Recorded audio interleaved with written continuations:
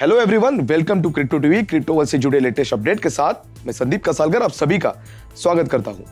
आइए देखते हैं क्या कुछ हुआ क्रिप्टो की दुनिया में। रुक करते हैं पहले हेडलाइंस की ओर।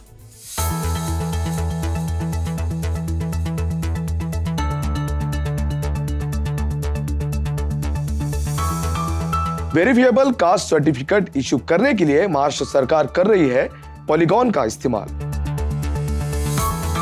पॉजिटिव क्रेडिट मार्केट्स के बीच बिटकॉइन कर सकता है $48,000 को पार। क्रिप्टो टैक्स रूल से यूएस $10 बिलियन रेवेन्यू हासिल करने पर बनाए हुए है नजर। कैनेडियन पीएम कैंडिडेट ने बिटकॉइन को पैसे के रूप में इस्तेमाल करने का किया समर्थन। विजडम ट्री ने यूरोप में क्रिप्टो ईटीपीज किया launch. Crypto fan firm socio को प्रमोट करने के लिए मेसी ने साइन की $20 मिलियन की deal. Bollywood singer Kumar Sanu launch करेंगे अपना एनएफटी कलेक्शन। एनवाईडीआईजी से बिटकॉइन माइनर आइरिस एनर्जी को इक्विपमेंट फाइनेंसिंग के लिए मिले $71 मिलियन।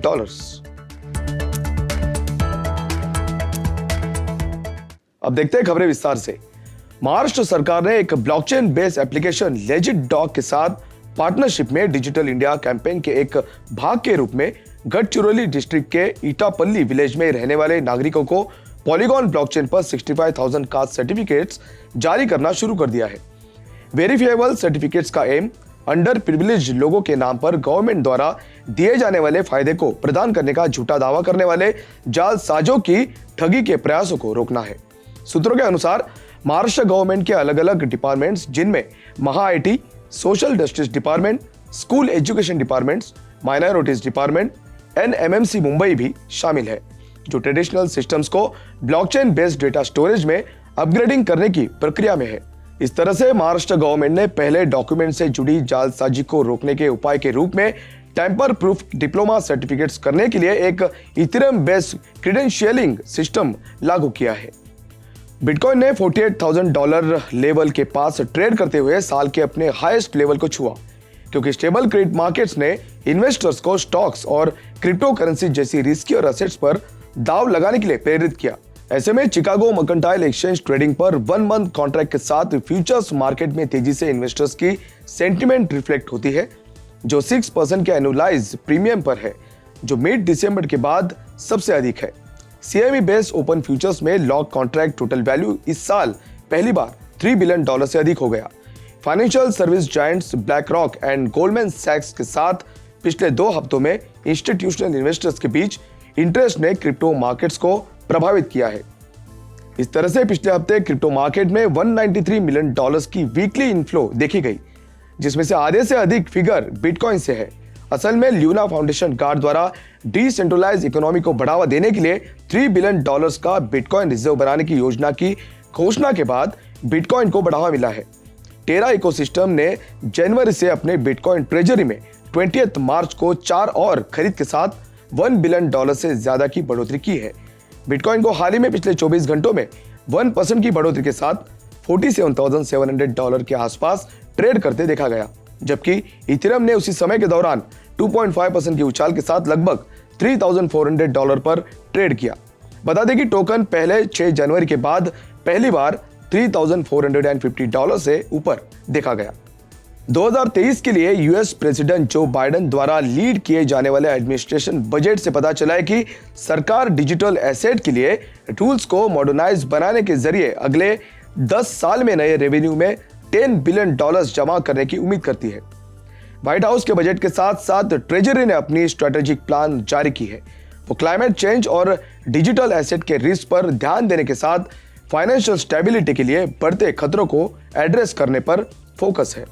इससे पहले मार्च में प्रेसिडेंट बाइडेन ने डिजिटल एसेट्स पर एक एग्जीक्यूटिव ऑर्डर जारी किया था और क्रिप्टो इंडस्ट्री पर प्रभाव पर चिंताओं के बावजूद आदेश ने मुख्य रूप से कॉम्प्रिहेंसिव एक्शन के बजाय कई फेडरल एजेंसीज द्वारा स्टडीज को शुरू किया था।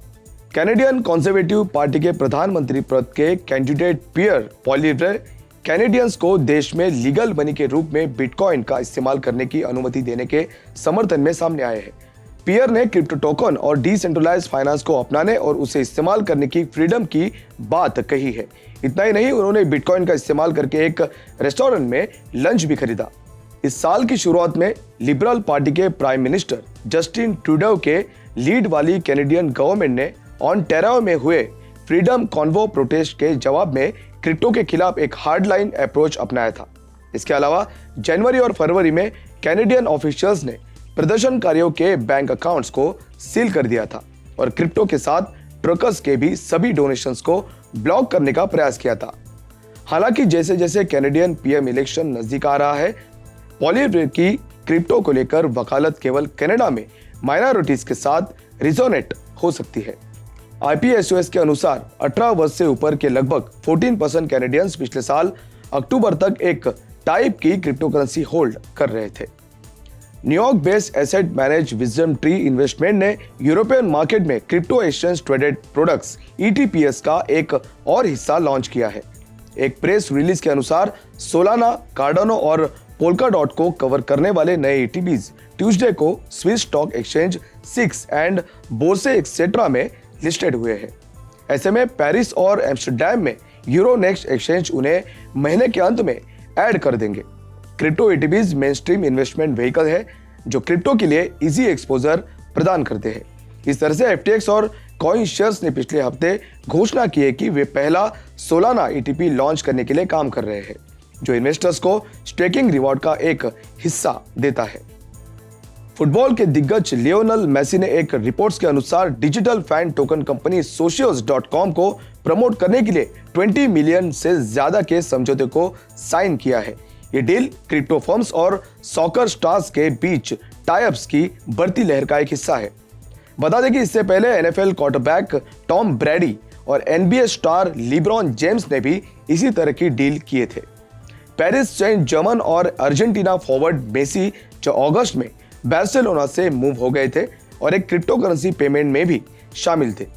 वो नवंबर में शुरू होने वाले कतार वर्ल्ड कप के निर्माण में सोशियोस की पब्लिसिटी और प्रमोशन कैंपेन में भी शामिल होंगे।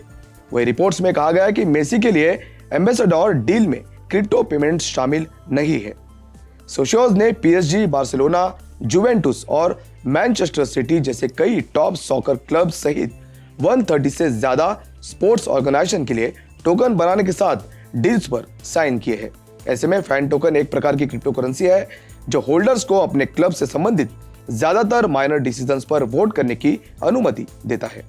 90s में अपनी आवाज से सभी को अपना दीवाना बनाने वाले बॉलीवुड सिंगर कुमार शानू ने जल्द ही लॉन्च होने वाले NFT मार्केटप्लेस फ्लैमिंगो के साथ अपना NFT कलेक्शन लॉन्च करने के लिए हाथ मिलाया है।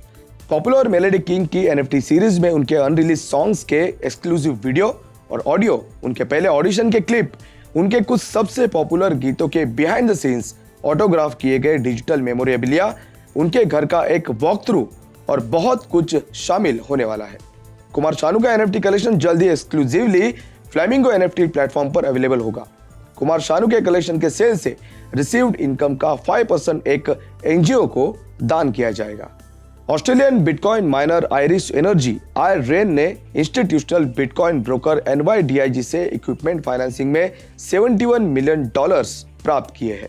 फाइनेंसिंग 19,800 आयरिश एनर्जी के बिटमेन S19J प्रो माइनर्स द्वारा समर्थित है, जिनकी हैश रेट लगभग 1.98 एक्सा हैश पर सेकंड है और इसमें 11% पर एनम इंटरेस्ट रेट के साथ 25 मंथ्स का टर्म है। ऐसे में क्रिप्टो माइनर्स अपनी कैपिटल नीड्स के साथ क्रिएटिव होने की तलाश में है, जिसमें bitcoin back loans and asset back loans के माध्यम से फंड्स जुटाना शामिल है, जो कंपनीज के माइनिंग रिस्क से जुड़े हैं। आज के लिए बस इतना ही। क्रिप्टो वर्ल्ड से जुड़ी नई खबरों के साथ बने रहिए क्रिप्टो टीवी के साथ। तब तक के लिए मैं संदीप कसालकर आपसे विदा लेता हूं। नमस्कार।